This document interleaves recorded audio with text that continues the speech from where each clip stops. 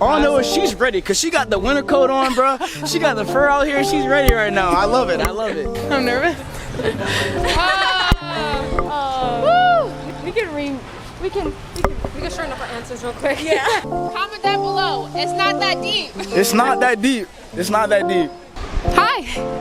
I didn't see you there. Whether you meant to click on the video or not, I'm glad you're here because today we're going to expand your mind and open up your thinking. So make sure you grab some popcorn, some soda, or if you like some healthy options, some salad or so, sit back and relax and enjoy the video. Let's get started. Hey, there's somebody out here looking at me, looking the same thing.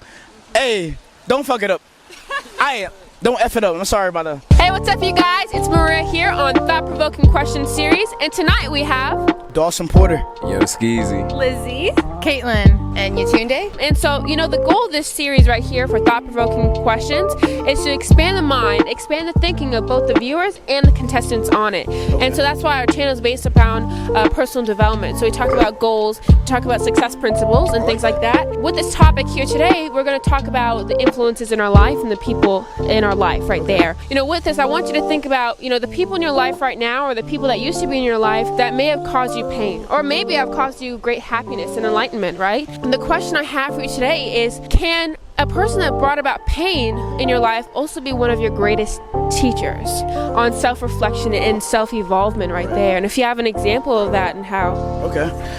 I'll say this is my example. This is my ex. I'm gonna talk about my ex right now. Shout out to her if she's watching this. I realized that I don't realize something's good in my life until it's too gone. And I'll honestly say, that was a big, a learning experience for me that, not everybody's in life forever. I'll say that for me that, if you think you have something, take care of it because they can move on. So that's what I'll say about that. I've never thought about humans who have brought me pain. I think they're motivators to make myself better, to rise above whatever it is they put me through. But I don't think I've been conscious of it. I think I've just been internally, subconsciously wanting to be better, to rise above whatever it is that they put me through. But this is actually the first time that I'm sitting and thinking about how did brought me pain actually make me better. I guess just motivation to not be that, to not do that to anybody else, and to show you that I made it despite you. Not to spite you, but despite you. But I've never thought about it until now, so that's a great question.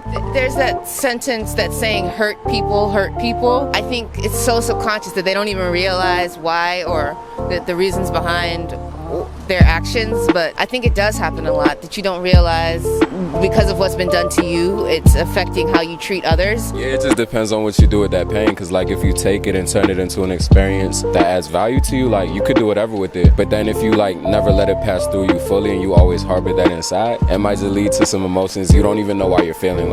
You might just be upset at some shit, but you don't know why. So you just have to embrace and understand everything and just let it flow through you and embrace it with love. And that's how you do what you gotta do in this life. I think about situations where people hurt me and I just meditate about them and just wish the best for them, because you can't take nothing personally in this life. Everything people do is a reflection of where they're at in life, and so you just got to be confident in where you're at and everything will work out for you. I really do like what you just said there on meditating upon that situation and also wishing the best upon something. That's not a trait in which people act and do upon in their life, and wishing a blessed life for someone else that have caused us pain, because a lot of people out here are walking with pain. The quote, hurt people. And so in order to make that change in our life and be the example we wish to see, we can't continue to act like the rest of the people that bring about pain. We're alive. Yeah. You got to bring about love, not pain. What you causing pain for? Exactly. I think rather than harboring resentment towards people who have wronged you, resentment can easily be turned into fuel. I've always tried to use negative situations as fuel. I've tried to use what we consider negative emotions as fuel, like anger or anxiety or things that we try to avoid. Embrace them and turn them around for your good. All the negative situations that I have gone through, if there was a redo button, I would still go through them because I wouldn't be the person standing here right now if it hadn't been for those things. That's easy to say in hindsight. So I'm like, oh yeah, I'm glad that I went through that. But as I'm going through the thing, I'm like, I hate this. Knowing that everything has a start and an end, and at the end of something, you'll be better for it, no matter how troublesome or difficult it was. So I think using negative things as fuel for positive things would be the takeaway that I would make. The note of is take negative things and have it as a fuel for positive things. I want to know how many of you would press that redo button, or are you going to stick it through, make it through, and say that you've been able to do that and help someone else? Pain is one of the biggest teachers and also a great reminder of past situations and new beginnings. I feel that situations that did cause you pain and did cause you stress can teach you a lot about yourself and a lot about what you want to contribute to this world, but it depends on whether or not you want to accept those lessons and move forward with them. Everyone in this world lost something, whether it's a person, a job, or whatever it could be, and it's whether you want to get back up and do it. But also I feel that taking that time to just be able to sit with yourself and understand yourself despite that pain, despite everything going on, is something that we can all try to do. Yes, they can be, because they teach you what you don't want and what you don't want to pursue, either if it's another relationship or another situation or in your environment. I do think that pain is the biggest teacher, because it teaches you your values and your principles, what you can and can't accept anymore. I'm somebody who's been through a lot of trauma in my life, you know, and somebody who's brought about pain can definitely be a teacher, because you have to learn to recognize not all lessons are lessons that you wanted to be taught. Do you get what I'm saying? And usually your biggest enemy is also your biggest teacher. Not all the time when somebody who is quote unquote doing better than you is the enemy. Sometimes you need to learn from them. That's how life is. You have to learn to adjust and adapt and progress and learn how to better yourself in all things. Yeah, I think they can. That's interesting, because I'm learning that right now. I'll be real, so I sent a message to a guy saying, you know, I learned a lot of what I don't want, and I think our relationship, our situationship taught me a lot and helped me self-reflect and moving forward. What do I want in a relationship? Do I value myself? What does that look like? I think the first step is acknowledging that you messed up, and then you move on. You realize, okay, I'll take this as a learning example, and then I'll take it through everybody else I meet. But at the end of the day, it's not that deep. That's what I'll say.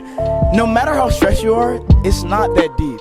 Because at the end of the day, somebody else has it worse than you. That's what I'll say about that, because life is good. I can't complain. I'm healthy. Don't have corona. I can't complain. I'm in college having a good time drinking, so I'm in the interview. She's beautiful. This man, listen, hey, shout out to you. That's all I gotta say. You're not in the rain. Y'all are dedicated out here. I appreciate that. That's how I support y'all, bro. Come on. All I gotta say is it's 2020. Keep doing what you gotta do. Push through this year. And 2021 is gonna be great. Because at the end of the day, like I said, it's not that deep. Take care of your family. As long as your family, your money, everything is straight, you're gonna be alright. And if it's not alright, just pray to God. He gonna show you the path. That's all I gotta say. Yeah, definitely. I just got out of a 3-year relationship. When I went through that, it brought me a lot of pain, but I think I've learned a lot from it. And now I know what I want more about myself. And I think that now it's bringing me happiness. I've overcome that pain, and now I'm moving forward and better off with it. Something big that I took away from it is I know my worth now. I know that I'm not gonna let myself be treated like I'm a piece of garbage. I'm gonna move forward, and now I know what I'm gonna expect and who I am. I know my worth now. Big thing that they both took away is that knowing exactly who you are, and then knowing what you want to expect in a friendship or in a relationship with someone going forward, and having those experiences where they come out and they have to reevaluate themselves on who am I as an individual outside a relationship, who am I outside of a friendship or with a mother or father relationship or whatever it is right there. And then moving forward, they know what it is they're looking for in a partner, they know what it is that they need in a friendship, but also they have to then communicate with that other individual what they desired from that relationship, and also for that other person to communicate with them, so they're both getting their needs met, right? And so is there any last words you guys would like to share with our viewers? Thank you so much. Thanks for having us. I think this is awesome. I wasn't expecting to go out and have a conversation like this, and I really appreciated it. Guys, like, comment, subscribe. She's awesome. Like, comment, subscribe, especially if you like the video. We're having a great time out here, even though it's raining. Everything happens for a reason. Yeah, shout out Marina Yusuf. Thanks for having us. Shout out to Thought-Provoking Questions for making me think about things that I've never thought about. But shout out to her. She gave me the interview. Subscribe, like, and subscribe. Maria. Thank you so much. Of course. I appreciate it. Nice meeting you tonight. Nice meeting